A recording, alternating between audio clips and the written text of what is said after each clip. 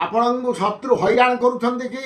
ଯଦି ଶତ୍ରୁ ହଇରାଣ କରୁଛନ୍ତି, ଶତ୍ରୁ କବଳରୁ ରକ୍ଷା ପାଇବା ପାଇଁ, ଶତ୍ରୁ ଦମନ ପାଇଁ ଗୋଟିଏ ସରଳ ପ୍ରୟୋଗ କରନ୍ତୁ।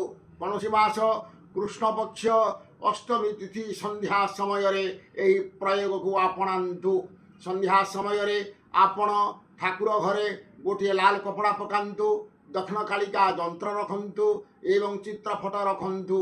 ପଞ୍ଚାମୃତ, ଘିଅ ଦୀପ, ଗଙ୍ଗାଜଳ, ମନ୍ଦାରମାଳା, ଅପରାଜିତା ଫୁଲ, ଦୁବ ଏବଂ ଅକ୍ଷତ, ଗୋଟା ଗୁଆ, ଭୋଗରାଗ ଏହିସବୁ ଦ୍ରବ୍ୟ ସମ୍ଭାର ରଖନ୍ତୁ। ରଖିସାରିଲା ପରେ ଯେଉଁ ବ୍ୟକ୍ତି ଶତ୍ରୁ ଆପଣଙ୍କୁ ହଇରାଣ କରୁଛି ତାଙ୍କ ନାମରେ ସଂକଳ୍ପ କରି ଆପଣ ଦକ୍ଷିଣକାଳିକାଙ୍କୁ ଷୋଡ଼ଶୋପଚାର ପୂଜା କରନ୍ତୁ। ପଞ୍ଚାମୃତରେ ସ୍ନାନ କରନ୍ତୁ, ଗଙ୍ଗା ଜଳରେ ସ୍ନାନ କରନ୍ତୁ, ଚନ୍ଦ୍ର ସିନ୍ଦୁର ଦିଅନ୍ତୁ, ଯନ୍ତ୍ର ପ୍ରତିଷ୍ଠା କରନ୍ତୁ। ଷୋଡ଼ଶୋପଚାର ପୂଜା କରିସାରିଲା ପରେ ତାପରେ ଆପଣ ମୁଁ ଗୋଟିଏ ମନ୍ତ୍ର ଡାକୁଛି, ସେହି ମନ୍ତ୍ରକୁ 21 ଥର ଜପ କରନ୍ତୁ।